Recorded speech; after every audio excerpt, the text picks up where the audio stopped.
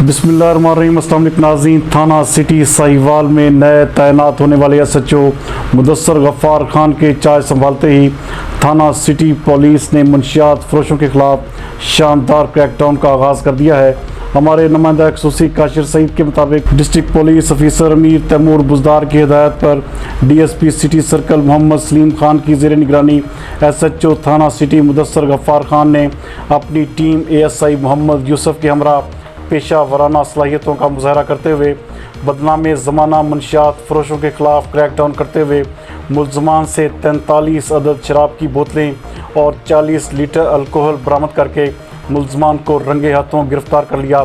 इस मौका पर बात करते हुए SHO थाना सिटी मुदस्सर गफ़ार खान का कहना था कि अफसरान बाला के अहकामात पर अमल करना और जराइम पेशा अनासर का कला कमा करना मेरी अवलीन तरजीह है और इंशाअल्लाह हम मंशियात फरोशों और जराइम पेशा अनासर को इंतहाई टफ टाइम देंगे और इलाका से मंशियात, जुआ पर्ची और डाकुओं का सफाया मेरा मिशन है। जबकि DPO साहिवाल अमीर तैमूर बुज़दार ने इस कार्रवाई को सराहते हुए पूरी टीम को शाबाश भी दी है।